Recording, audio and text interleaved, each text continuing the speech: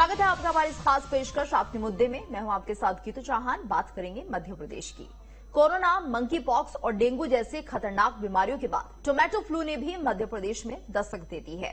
ये बीमारी बच्चों को अपनी चपेट में ले रही है, जिसके बाद बच्चों के शरीर पर लाल लाल निशान पड़ जाते हैं और बुखार भी आ रहा है। ग्वालियर में भी रोजाना टोमेटो फ्लू के मामले सामने आ रहे हैं और आखिरी टोमेटो फ्लू है क्या, इसको लेकर आज हम चर्चा करेंगे। सवाल रहेंगे कि क्या मध्य प्रदेश के नौनिहालों तक ये संक्रामक बीमारी पहुंच रही है? क्या खतरनाक टोमेटो फ्लू से निपटने की तैयारी फिलहाल दिख रही है? कमजोर इम्यूनिटी वाले व्यक्तियों को कितना खतरा है?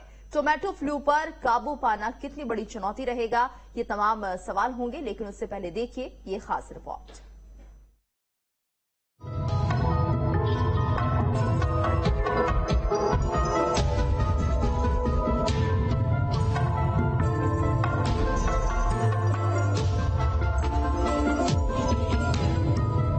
अभी देश से कोरोना वायरस और मंकी पॉक्स जैसी संक्रामक बीमारी खत्म नहीं हुई कि नई बीमारी ने दस्तक दे दी है, जिसका नाम टोमेटो फ्लू है। ये संक्रामक बीमारी बच्चों में तेजी से फैल रही है और अब मध्य प्रदेश में भी ये बीमारी बच्चों को अपनी चपेट में लेने लगी है। ग्वालियर में रोजाना टोमेटो फ्लू के मामले मिल रहे हैं।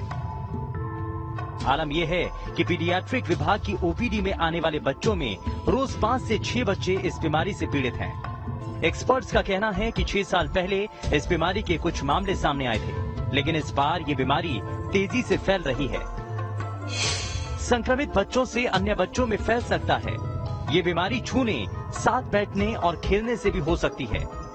बुखार, शरीर में तेज दर्द, अत्यधिक थकान, डिहाइड्रेशन होता है।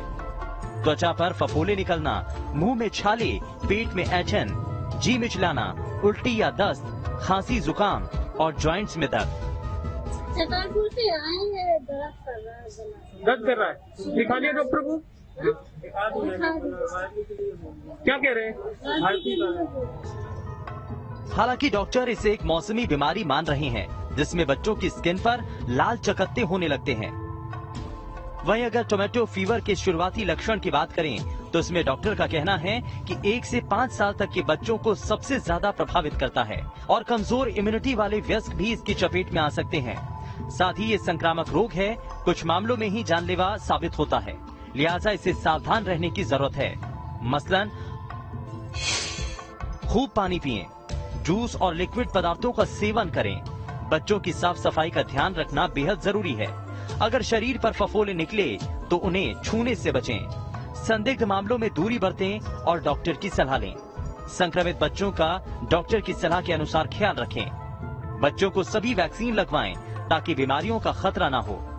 कमजोर इम्यूनिटी वाले लोग विशेष सावधानी बरतें, हेल्दी डाइट लें और खुद को फिट रखने की कोशिश करें। ये वायरल फीवर एक प्रकार का इस सीजन पे आमतौर पे होता है और जैसा आपको पता होगा ये विभिन्न नाम से आ रहा है। पहले सबसे पहले आपको पता होगा चिकनगुनिया आया था, फिर कोविड भी आया, फिर और भी कई आए वायरस। इसी प्रकार का ये एक वायरस है जो खांसते छींकने से फैलता है और इसकी भी एसओपी हम लोग को प्राप्त होगी भोपाल से। हम लोग तत्काल सारे प्राइवेट और गवर्नमेंट नर्सिंग होम इसके एसओपी को लागू करवाएंगे। रोकथाम के लिए क्या उपाय है? रोकथाम के लिए वही जैसे हम लोग जो भी केस निकलेगा उसको हमने बोला तत्काल सूचित करें, प्राइवेट और गवर्नमेंट जो भी है, और 7 दिन में उसको पेशेंट को आइसोलेट करके रखना है। बहरहाल इस बीमारी को लेकर सावधानी बरतने की जरूरत है, लेकिन सवाल यही है कि हमने कोरोना और मंकी पॉक्स जैसी संक्रामक बीमारियों से क्या सबक लिया और इस संक्रामक बीमारी से निपटने के लिए कितने तैयार हैं। Team news state.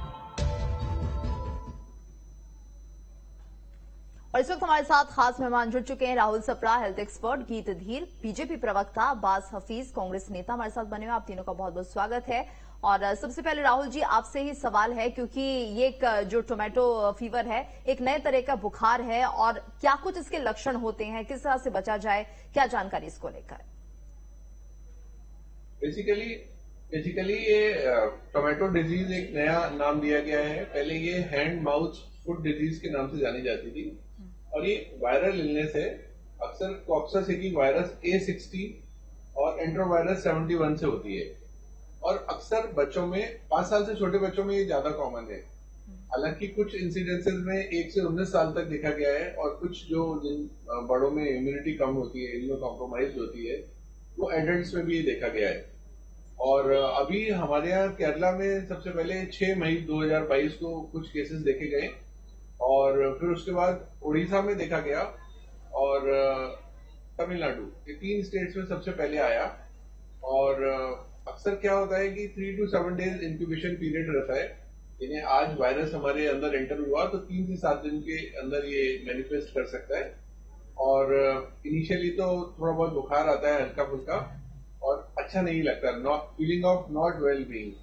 उसके बाद गले में थोड़ी सी दर्द होता है, गले में इन्फेक्शन सा महसूस होता है और उसके बाद मुंह में छाले आ जाते हैं। अक्सर पिछले हिस्से में गले के छाले ज्यादा देखे जाते हैं और उसके बाद ये ब्लिस्टर्स जो हैं, जो दाने हैं, वो हाथ और पैरों में, सोल्स में, पाम एंड सोल्स, इसलिए इसका नाम ही हैंड फुट माउथ डिजीज दिया गया था पहले। अब वायरल इलनेस से ये हो जाता है और शरीर के और हिस्सों में नॉर्मली बटक्स वगैरह पे ज्यादा नहीं होता, पर रेयरली हो सकता है।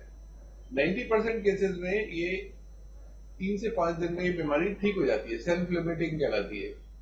बट कभी कभी इसमें कॉम्प्लिकेशंस भी हुए हैं। एक एपिडेमिक हुआ वियतनाम में जो मेनली एंट्रोवायरस 71 द्वारा हुआ, वेनेजुएला और वियतनाम में। उसमें उन्होंने देखा कि इवन पैरालिसिस और हार्ट के ऊपर भी इफेक्ट हुआ, मायोकार्डाइटिस भी हुई। 90% ये सेफ है, बट अगर हमारी इम्यूनिटी कम है तो ये कॉम्प्लिकेशंस भी कर सकता है। कभी कभी ये टो और नेल्स जो है, फिंगर के नेल्स भी 1 महीने बाद भी ये गिर सकते हैं। तो ये इस तरह की वो है, घबराने की बात नहीं है। 80 to 90% बच्चे ठीक हो जाते हैं। जी बिल्कुल। और हमारे साथ गीत धीर भी जुड़े हैं। गीत जी, आपसे हम जानना चाहेंगे, क्योंकि जिस तरह से हम देख रहे हैं कि लगातार ये बीमारी अपने पैर पसारती जा रही है और यहाँ पर जो बारिश है उसका भी असर हम कह सकते हैं, क्योंकि लगातार बारिश के बाद जो संक्रामक बीमारियां हैं वो ज्यादा फैलती हैं। तो किस तरह की तैयारियां प्रशासन की तरफ से, प्रदेश सरकार की तरफ से? देखिए, प्रशासन अपनी तरफ से जो काम कर सकता है वो निश्चित रूप से कर रहा है। जैसे ये बीमारी जो है डेंगू और चिकनगुनिया या मलेरिया, इसके बाद में अधिकतर असर दिखा रही है। तो निश्चित रूप से साफ सफाई के लिए, जहां हम पहले से ही, आपने देखा है हमारे जो मंत्री हैं वो लोग पहले ही इस चीज को बड़ी चेतावनी देकर अधिकारियों को स्वयं जो है निरीक्षण पे लगे हुए थे। और अभी यहाँ मध्य प्रदेश में आप देखें तो इसका कहर बहुत कम है और इसको आगे भी नहीं बढ़ने दिया जाएगा। जैसे कि हमारे एक्सपर्ट ने भी बताया कि जो लक्षण है 4-5 दिनों तक के लिए रहते हैं। इस टाइम पे जहाँ जिन हॉस्पिटल्स में क्वारंटाइन की व्यवस्था है वहां पर संभव हो सकता है तो ऐसे बच्चों को वहां पर किस प्रकार से क्वारंटाइन किया जाए, क्योंकि बच्चों की जो उम्र है, लगभग जिस उम्र में ये अटैक कर रही है बीमारी, वो 1 वर्ष से 5 साल के बीच के हैं ये बच्चे। तो बहुत छोटे हैं। इनका अभी वैक्सीन और इनके ऊपर तो हम नहीं जाएंगे। अपनी जगह पे मेडिकल टर्मिनोलॉजी में जो विशेषज्ञों की टीम रहती है निश्चित रूप से वो कार्य कर ही रही है। लेकिन जो मेरी अभी डॉक्टरों से बात हुई है, जो मेरी अभी विशेषज्ञों से बात हुई है इस विषय को लेकर के, तो निश्चित रूप से ये कोई खतरनाक बीमारी नहीं है। तो सबसे पहले मैं आपके चैनल के माध्यम से जनता में ये भी आह्वान करना चाहूंगा कि अगर कहीं किसी बच्चे को, पहली बात तो ना हो, हम भी यही चाहते हैं, आप भी हाइजीनिक रखें बच्चे को, लेकिन अगर कहीं ऐसे कोई लक्षण आते हैं तो घबराए नहीं, क्योंकि किसी प्रकार से जानलेवा बीमारी नहीं है जहां तक कि मुझे अभी जो जानकारी प्राप्त हुई है। और ये 5-6 दिन का और 7 दिन का भी कई जगहों पे समय ले रही है। निश्चित रूप से पेरेंट्स जो होते हैं, जब बच्चे को भूख नहीं लगती या जैसे कि वॉमिटिंग या उल्टी की बात की जा रही है तो घबरा जाते हैं। और ये कोई बीमारी नहीं है। इसको पहले भी जो है 2-3 साल पहले भी ऐसे कुछ लक्षण देखे गए थे और समय के हिसाब से जो है फिर उसके बाद में ये जो है बीमारी चली गई। अभी भी जैसे साउथ में कोलम और इस तरफ बीमारी ने ज्यादा हिट किया था, लेकिन मध्य प्रदेश में खास करके जब हम बात कर रहे हैं तो हमारे यहाँ पर सारी जो चिकित्सा से, मेरी आवाज आ रही है? जी जी, सुन पा रहे हैं गीत जी। जी, चिकित्सा से संबंधित जितने भी हमारे टीम्स हैं और जितने भी हमारे लोग हैं जो संबंधित इस क्षेत्र में कार्य कर रहे हैं, वो पूरी तरीके से सजग हैं और पूरी तरीके से दवाइयों से लेकर के हर चीज, विशेष रूप से बच्चों के विषय में किसी प्रकार की कोई खतरा जो है वो नहीं है और कहीं भी सरकार इस बात से टूटेगी नहीं। जो संभव मदद, यानी कि कुल मिलाकर सरकार की तरफ से तैयारियां पूरी हैं, स्वास्थ्य विभाग की तरफ से तैयारी है। अब्बास जी, आपसे हम जानना चाहेंगे, फिलहाल इस तरह की जब बीमारियां फैलती हैं तो लोगों के लिए जागरूकता कितनी ज्यादा महत्वपूर्ण हो जाती है?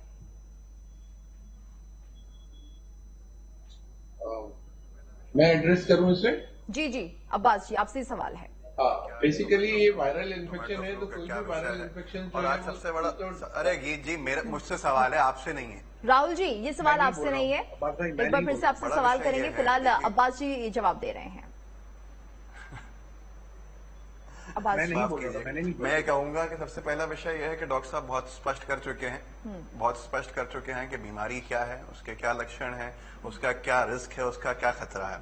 मैं और हमारे भाजपा के मित्र गीत जी यहाँ पर राजनीतिक चर्चा कर सकते हैं, प्रशासन की तैयारी के ऊपर चर्चा कर सकते हैं, और जो तैयारी की बात अभी बीजेपी के मेरे मित्र कर रहे थे वो धरातल पे यहाँ दिख नहीं रही है। इतने अच्छे से उन्होंने समझाया, काश कि ये बात सही में धरातल पे होती। कई राज्य एडवाइजरी गीतू जी जारी कर चुके हैं। हमारा राज्य उन राज्यों में से होगा जिसने अभी तक कोई एडवाइजरी मेरी नजर में तो नहीं आई हो, जारी की हो, या आपके चैनल पर चलाई गई हो। आपके संवाददाताओं से ये पूछ सकते हैं, हमने नहीं देखा अभी तक। बहुत हल्के में बीमारियों को लिया गया है अभी तक, क्योंकि यहाँ पर राजनीति की जाती है, सत्ता को बचाने की कोशिशें की जाती हैं, जंगलों में जाके मीटिंग्स की जा रही है कि सत्ता कैसे बचाई जाए। कैबिनेट की प्राथमिकता ये हो गई है। आज सबसे बड़ा विषय ये है कि एडवाइजरी जारी नहीं होना, और उसके ऊपर स्वास्थ्य मंत्री का कोई भी बयान मेरे सुनने में तो नहीं आया जो किया गया है।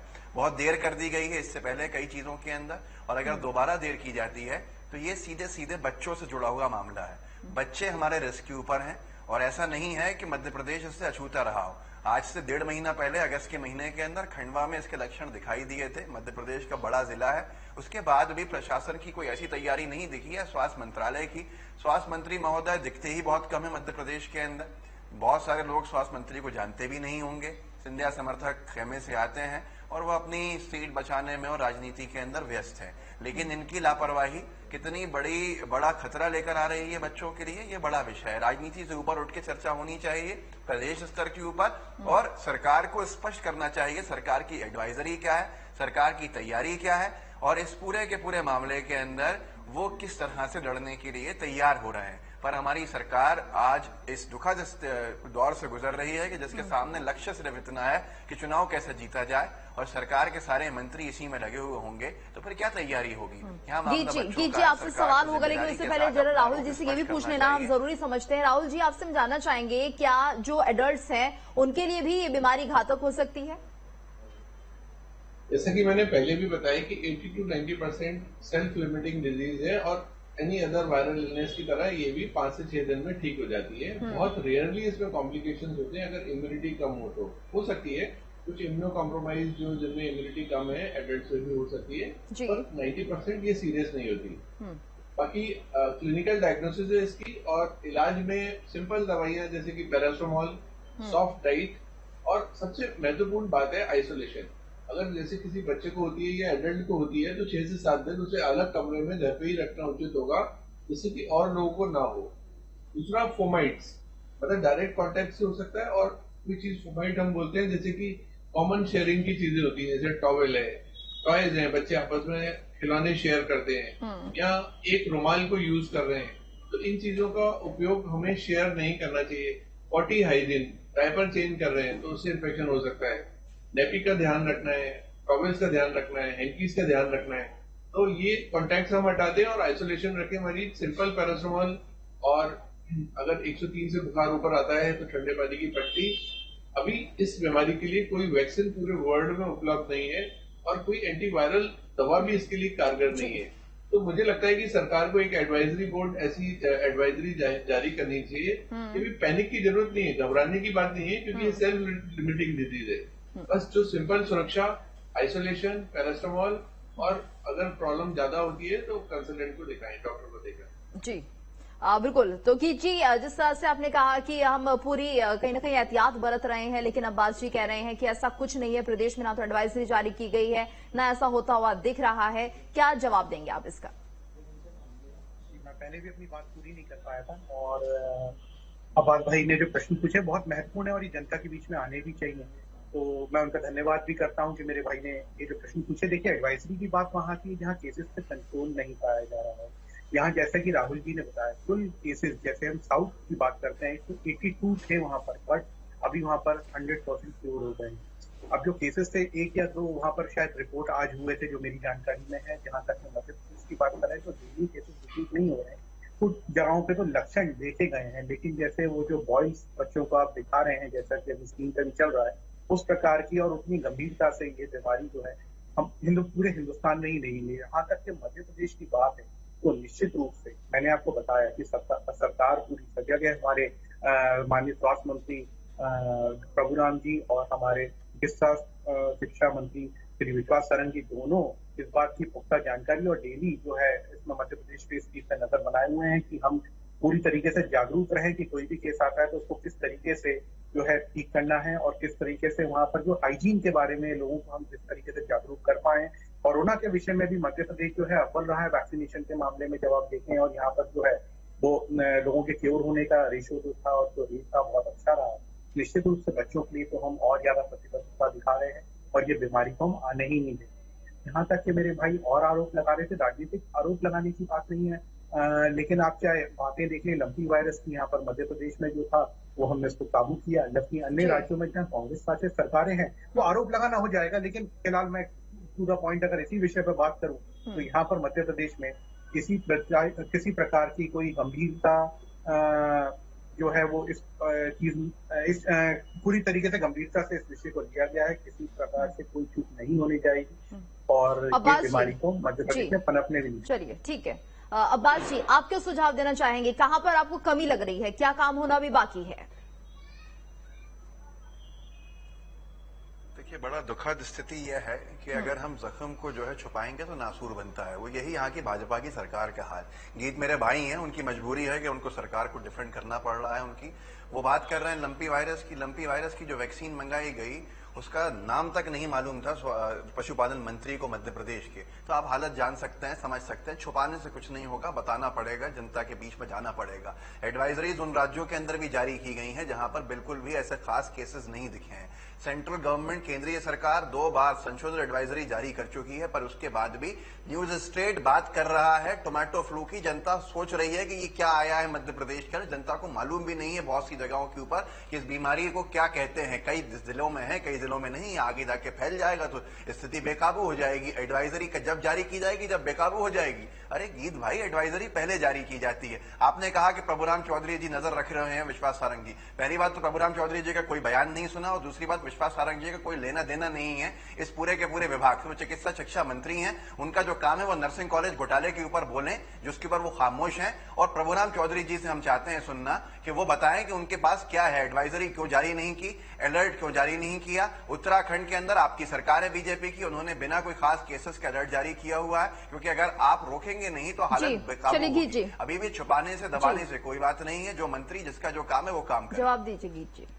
अब्बास जी, इस पे तो मैं ये चाहूंगा कि आपको सराहना करने की, आप बोल रहे ध्यान नहीं सुना, लेकिन सब तरफ जो है आप देखें कि काबू किस प्रकार से पाया हुआ है। विश्वास सारंग जी के विषय में देखिए, मेडिकल कॉलेजेस भी आते हैं जहाँ पर बड़े बड़े मेडिकल कॉलेजेस जहाँ पर रिसोर्स अभी तो शुरू ही नहीं हुआ गीत भाई, शुरू ही नहीं हुआ है अभी तो इतना बेकाबू होना। बात तो चिकित्सा शिक्षा मंत्री नर्सिंग कॉलेज घोटाले में बोलेंगे विश्वास सारंग जी, या फिर इस बीमारी में बोलेंगे? विषय अलग तरफ उस पर बोल नहीं रहा है। चलिए मुद्दे से मंत्री का हाल है, वो किसी और विभागों में बोलते हैं। मुद्दे से मत इधर-उधर होइए, राजनीति नहीं करनी है इस मामले पर। राहुल जी आपसे हम जानना चाहेंगे अब इस बीमारी से कैसे बचा जाए, क्या कुछ बचाव करना चाहिए? एडवाइजरी क्यों जारी नहीं की? मध्य प्रदेश की सरकार इसको बीमारी मान रही है या नहीं मान रही, इस पर तो जवाब दे देंगे, दे ही नहीं रहे। क्या बेकाबू हो जाएगा तब एडवाइजरी जारी की जाएगी? दुखद स्थिति है फिर तो। बच्चों खतरे के ऊपर है मध्य प्रदेश के माता पिता। चलिए कीजिए, 1 मिनट में पहले आप जवाब दीजिए, उसके बाद राहुल जी से सवाल होगा। उन्होंने ये हालत कर दिया, पहली बात दिया। सुनिए अब्बास जी, सुनिए। भाई आप भी चैनल पे हैं और न्यूज नेशन एक जिम्मेदार चैनल है, चैनल के माध्यम से मैं बिल्कुल मध्य प्रदेश की जनता के लिए हमारे पूरा जो है शासन प्रशासन जो है वो एक संकल्प लेके खड़ा है और इनकी सुरक्षा हमारे लिए महत्वपूर्ण है। तो इस बीमारी को मध्य प्रदेश में नहीं फैलने दिया जाएगा। एडवाइजरी की बात वहाँ आती है जहाँ बीमारी का नहीं, लेकिन अब्बास जी कह रहे एडवाइजरी जारी नहीं कर रही है प्रदेश सरकार। एडवाइजरी क्यों जारी नहीं की है? लंपी वायरस अफ्रीकन, तो ये काम कब तक होगा? में केसेस हैं नहीं, जिससे कि अब्बास जी तक भी एडवाइजरी पहुंचे, सरकार राजनीति कर रही है, जन जन तक पहुंचे। नहीं, देखिए कोई चीज की एडवाइजरी जब जारी होती है ना, कोई वहाँ पर प्रकोप आने वाला हो या ऐसा लगे, मैं बोल रहा हूँ कि ना आएगा ना ऐसी कोई वहाँ पर एडवाइजरी की आवश्यकता निश्चित रूप से। लेकिन स्वास्थ्य विभाग की तरफ से अगर पहले ही थोड़ा सा सतर्क हो जाए तो बीमारी बढ़ेगी नहीं। कोरोना ना आएगा ना कुछ। मेरी बात तो पूरी हो जाए अब्बास भाई, बात खैर आप पूछिए, प्रश्न पूछिए, आप कुछ पूछ रहे थे, मैं उत्तर देता हूँ, लेकिन पूरी होने दीजिए, मेरा आग्रह है। चलिए कोई नहीं। राहुल जी, आपसे हम जानना चाहेंगे फिलहाल किस तरह से बचाव हो सकता है इस बीमारी से? हम एक IMA में मैं प्रेसिडेंट हूँ ग्वालियर ब्रांच का, तो मैं आपको आश्वासन देता हूँ कि हम कम्युनिटी अवेयरनेस बढ़ाएंगे इस डिजीज के लिए और जनता को जागरूक करेंगे कि ये माइल्ड इलनेस है। हम हाइजीन इंप्रूव करें बच्चों का, जैसे उनमें मुंह में हाथ डालने की हैबिट होती है, खिलौने मुंह में डालते हैं, वो बचाएं। नेपी हाइजीन का ध्यान रखें और hand washing is very important. जैसे कोविड में हमने देखा कि हैंड वॉशिंग इंपॉर्टेंट है, वो किसी भी वायरल इन्फेक्शन के स्प्रेड के लिए इंपॉर्टेंट है। तो बार बार हाथ धोएं, मुंह पे मास्क लगा सकते हैं क्योंकि बच्चे मुंह में हाथ डालते हैं बार बार। और वैक्सीनेशन इसके लिए उपलब्ध नहीं है, और अगर ये बीमारी हो जाती है तो अगर हम उस पेशेंट को या बच्चे को आइसोलेट कर दें फ्रॉम अदर पेशेंट अदर लोग, तो वो इस बीमारी से बचाव किया जा सकता है। और इलाज के लिए मैंने आपको बताया सिंपल पैरासिटामोल देना है और बहुत घबराने की बात नहीं है। मतलब मेन इश्यू तो ये है कि हम जनता में ये दें कि पैनिक करने की जरूरत नहीं है, बस हाइजीन का ध्यान रखें, सैनिटेशन का ध्यान यानी कि रखें। पैनिक करने की जरूरत नहीं है, क्योंकि कभी कोई नई बीमारी आती है लोग सबसे पहले डर जाते हैं, इसलिए और कहीं ना कहीं जो एडवाइजरी है वो भी जारी होनी चाहिए लोगों के लिए कि कम से कम वो समझ सके क्या बीमारी है और किस तरह से बचाव करना है। बहुत बहुत शुक्रिया आप सभी का हमारे साथ इस चर्चा में जुड़ने के लिए। और इसी के साथ इस खास पेशकश में इतना ही।